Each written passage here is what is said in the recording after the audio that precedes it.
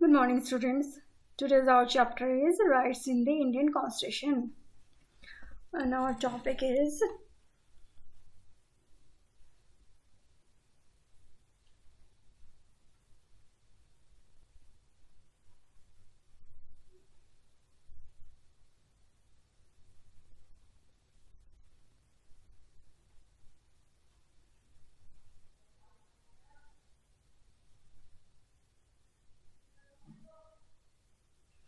Equality of all religion.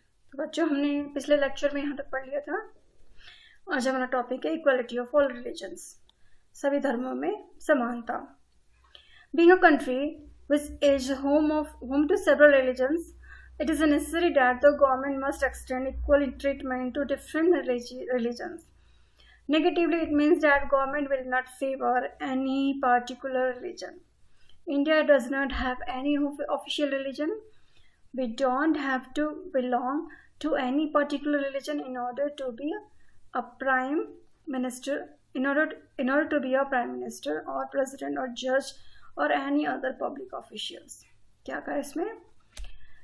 India एक ऐसा देश है, ऐसा देश है जहाँ सभी धर्म माने जाते हैं। दुनिया में जितने भी धर्म हैं, सभी धर्म का पालन करने वाले लोग भारत में बसते हैं। भारत में सभी धर्मों को समानता दी गई है, यानी कि गवर्नमेंट किसी भी एक धर्म को फेवर नहीं करेगा और इंडिया का कोई अपना ऑफिशियल रिलीजन नहीं है। Being a country which is a home to several religions, it is necessary that the government must extend equal treatment to different religions. Negatively, it means that government will not favor any particular religion. India does not have any official religion. We don't have to belong to any particular religion in order to be a prime minister or president or judge or any other public official.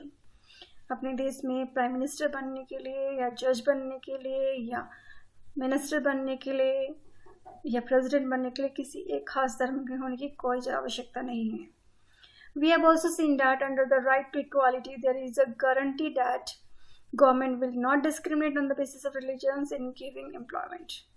हमने right to equality में पढ़ा था कि देश की सरकार कोई discrimination नहीं करेगी धर्म के बेसिस पे, और एम्प्लॉयमेंट के वक्त में, नौकरी पाते वक्त भी, नौकरी के समय में भी धर्म के आधार पर कोई भेदभाव नहीं किया जाएगा। सरकारी नियुक्तियों में, सरकारी नौकरी में भी धर्म के आधार पर कोई भेदभाव नहीं किया जाएगा। The institutions run by the state will not preach any religions or give religious educations, nor will they favor persons of any religion. जितने भी इंस्टीट्यूशन जो गवर्नमेंट द्वारा चलाए जाते हैं, यानी कि सरकारी स्कूल, शिक्षा संस्थाओं में किसी भी धर्म की शिक्षा नहीं दी जाएगी। The objective of these provisions is to be sustain and nurture the principle of secularism. हमने पढ़ा है, हमें पता है इंडिया एक सेक्युलर कंट्री है और सेक्युलर कंट्री के लिए आवश्यक है कि इस देश में रहने वाले सभी धर्म मानने वालों को समानता मिले, सरकार किसी एक धर्म का फेवर ना करे, कंट्री का कोई पर्टिकुलर रिलीजन नहीं होना चाहिए एम्प्लॉयमेंट के टाइम में, और धर्म के आधार पर कोई भेदभाव नहीं होना चाहिए। एजुकेशन इंस्टीट्यूशन जो थे गवर्नमेंट द्वारा चलाए जाने वाले शिक्षा संस्थाओं में भी धर्म के आधार पर कोई धार्मिक शिक्षा वहाँ नहीं दी जाएगी और कोई भेदभाव वहाँ पर नहीं होगा। Cultural and educational rights. हम जानते हैं कि भारत में धार्मिक अल्पसंख्यक भी हैं, सांस्कृतिक अल्पसंख्यक भी हैं और भाषाई अल्पसंख्यक भी हैं। अल्पसंख्यक जो भारत में हिंदू को छोड़कर बाकी सभी धर्म मानने वाले, मुस्लिम, सिख, ईसाई, बौद्धिस्ट, जैन, पारसीज, ज्यूज, सभी धार्मिक अल्पसंख्यक हैं। भाषा के आधार पर भी हिंदी सबसे ज़्यादा बोली जाने वाली भाषा है, उसके बाद बाकी भाषा अल्पसंख्यक कहलाएंगी। तो हमारे देश में रहने वाले अल्पसंख्यकों को ये जो आर्टिकल है, ये जो राइट है, जो फंडामेंटल राइट्स है, विशेष अधिकार देता है। यानी कि हमारे देश में रहने वाले अल्पसंख्यक अपने कल्चर, अपनी लैंग्वेज, अपने जो ट्रेडिशन है, उनकी अपनी संस्कृति को आगे बढ़ाने के लिए उन्हें विशेष अधिकार देते हैं। हमारा ये जो राइट है, कल्चरल एजुकेशन राइट, माइनॉरिटीज़ को स्पेशल अधिकार देता है कि वो अपने कल्चर को, लैंग्वेज को आगे बढ़ाने के लिए काम कर सकता है। उसके लिए शिक्षा संस्थाएं भी खोल सकता है, उसके लिए शिक्षण संस्थाओं का भी खोल सकता है। When we talk of the Indian society, the image of diversity comes before our minds. India is not made up of the monolithic society. India एक monolithic society नहीं है. We are a society that has a vast diversity. In such a society that is full of diversity, there would be social sections which are small in numbers compared to some other groups. देखो, India एक diverse country है, यहाँ बहुत ज़्यादा diversity है, अनेक धर्म, जाति, संप्रदाय के लोग यहाँ रहते हैं। अब जरूरी नहीं कि सभी नंबर में सेम हो, एक संप्रदाय में ज़्यादा मेंबर हैं तो दूसरे संप्रदाय में कम हो सकते हैं, एक मेजोरिटी में है तो दूसरा माइनॉरिटी में आ सकता है। If a group is in minority, will it have to adopt the culture of the majority? अगर किसी देश में, किसी जगह पर जो लोग माइनॉरिटी में, जो लोग कम संख्या में, क्या उन्हें मेजोरिटी वालों के कल्चर को अडॉप्ट कर लेना चाहिए और अपना कल्चर छोड़ देना चाहिए? और constitution believes that diversity is our strength. हमारी कॉन्स्टिट्यूशन ने हमारी डाइवर्सिटी को हमारी कमजोरी नहीं मानी है, हमारी कमजोरी नहीं मानी है। इंडिया की जो विविधता है उसे हमारे कॉन्स्टिट्यूशन ने कमजोरी नहीं मानी, जबकि इसे हमारी मजबूती, हमारी ताकत मानी है। Therefore one of the fundamental rights is to right of the minorities to maintain their culture. इसीलिए फंडामेंटल राइट्स में ये जोड़ा, एक फंडामेंटल राइट्स ये भी रखा गया कि जो माइनॉरिटीज़ हैं उन्हें अपने कल्चर को मेंटेन कर, कल्चर को बनाए रखने का अधिकार है।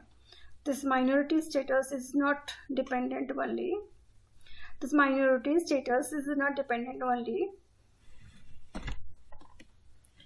upon religion, linguistic and cultural minorities are also included in this provision.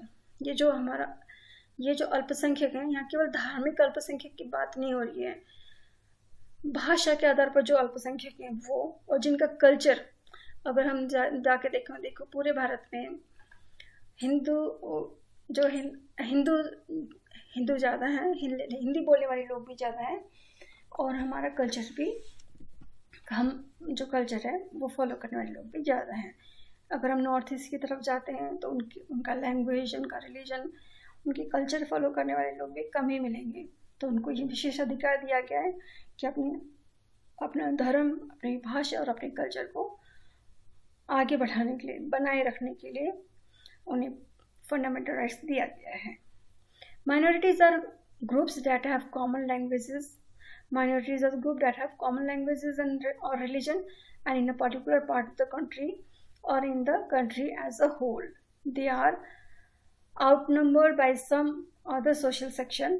Such communities have a culture, language, and a script of their own, and have a right to conserve and develop this. तो ये rights आपने देखा, अपने देश में रहने वाले religious minority हो, लिंग्विस्टिक माइनॉरिटीज हो या कल्चरल माइनॉरिटीज हो, सभी को अधिकार देता है कि अपना रिलीजन, अपनी भाषा, अपना कल्चर, अपनी लिपि, स्क्रिप्ट, जिस स्क्रिप्ट में उनकी लैंग्वेज लिखी जाती उसको बनाए रखने का पूरा अधिकार देते हैं, उसे कंजर्व करने का, उसे फ्लोरिश करने का, उसे डेवलप करने का पूरा अधिकार देते हैं। ऑल माइनॉरिटीज, रिलीजियस और linguistic can set up their own educational institution. India में इन माइनॉरिटीज़ को, रिलीजियस हो, लिंग्विस्टिक हो या कल्चरल हो, इन्हें अपने एजुकेशनल इंस्टीट्यूशन इस्टेब्लिश करने का पूरा अधिकार दिया गया है, ताकि ये अपने धर्म के, अपनी भाषा का, अपनी लिपि का, अपनी संस्कृति का प्रचार प्रसार कर सकें। By doing so, they can preserve and develop their own culture. The government will not, while granting aid to educational institutions, discriminate against any educational institution on the basis of that it is under the management of minority community. The government will not, while granting aid to educational institutions, discriminate against any educational institution on the basis of that it is under the management of minority community. जब government सहायता देते हैं, अनुदान देते हैं educational institutions को, तब government इस आधार पर भेदभाव नहीं कर सकती है कि पर्टिकुलर इंस्टीट्यूशन किसी विशेष धर्म के लिए, किसी विशेष भाषा के लिए या किसी विशेष संस्कृति के लिए चलाए जा रहे हैं। सरकार बिना किसी भेदभाव के सभी इंस्टीट्यूशंस को बराबर आर्थिक सहायता प्रदान करेगी। नेक्स्ट हमारी राइट्स टू कॉन्स्टिट्यूशनल रेमेडी। इन जो हमने अभी 5 ऊपर मौलिक अधिकार पढ़े हैं, इन अधिकार का बेनिफिट तभी है जब इनकी सुरक्षा प्रदान करने के लिए भी कोई अधिकार हो। हमने जो 5 ऊपर मौलिक अधिकार पढ़े हैं, right to equality, right to freedom, right against exploitation, right to religious freedom, cultural and education right, इन राइट्स का तभी बेनिफिट हो पाता है अगर इन्हें सुरक्षा प्रदान करने के लिए कोई अधिकार हो। तो राइट टू कॉन्स्टिट्यूशनल रेमेडी हमें वही अधिकार देता है, अगर हमारे मौलिक अधिकारों का हनन होता है, अगर हमारे मौलिक अधिकारों का हनन कोई व्यक्ति करता है या सरकार करती है, तो उसका संरक्षण खुद हमारा कॉन्स्टिट्यूशन करेगा, हमारी न्यायपालिका करेगी। हमारे मौलिक अधिकारों की रक्षा खुद हमारा संविधान करेगा, और संविधान किसके जरिए करेगा? हमारी न्यायपालिका के जरिए करेगा। तो यही राइट टू कॉन्स्टिट्यूशनल रेमेडी है, मौलिक अधिकारों की रक्षा के लिए ही बनाया गया है। ये खुद मौलिक अधिकार ऐसा है जो मौलिक अधिकारों की रक्षा के लिए बनाया गया है। Right to constitutional remedies. One would agree that our constitution contains a very impressive list of fundamental rights, but merely writing down a list of rights is not enough. There has to be a way through which they could be realized in practice and defended against any attack on these rights. संविधान में rights लिख देना ही काफ़ी नहीं होता, उन rights के protection के लिए कुछ प्रोविजन करना आवश्यक है, और ये वही प्रोविजन है मौलिक अधिकारों की रक्षा के लिए बनाया गया एक मौलिक अधिकार। Right to constitutional remedies is the means through which this is to be achieved. Dr. Ambedkar considered the right to constitutional remedy as the heart and soul of the Constitution. Ambedkar ji का खुद मानना था कि पूरे संविधान का अगर हर्ट या आत्मा, पूरे संविधान का अगर हृदय और आत्मा अगर कोई पार्ट है तो वो राइट टू कॉन्स्टिट्यूशनल रेमेडी है, राइट टू कॉन्स्टिट्यूशनल रेमेडीज है, यानी कि संवैधानिक सुरक्षा का अधिकार। It is so because these rights given a citizens the right to approach a high court or supreme court to get any of the fundamental rights restored in case of their violation. The Supreme Court and High Court can issue order and give directives to the government for the enforcement of right. यह article हमें यह अधिकार देता है कि अगर हमारे मौलिक अधिकारों का हनन होता है, अगर हमारे मौलिक अधिकार छीने जाते हैं, मौलिक अधिकार नहीं मिल रहे हैं, मौलिक अधिकारों का हनन हो रहा है, तो हम हाई कोर्ट या सुप्रीम कोर्ट जा सकते हैं और हमारे मौलिक अधिकारों की रक्षा के लिए हाई कोर्ट और सुप्रीम कोर्ट रिट जारी करते हैं। रिट यानी कि आदेश जारी करते हैं, और ये स्पेशल आदेश कहलाते हैं habeas corpus, mandamus, prohibition, quo warranto, certiorari. तो बच्चों, कल हम इन राइट्स के बारे में पढ़ेंगे। आज हमने यहाँ तक फंडामेंटल राइट्स कंप्लीट कर लिए हैं। Thank you so much.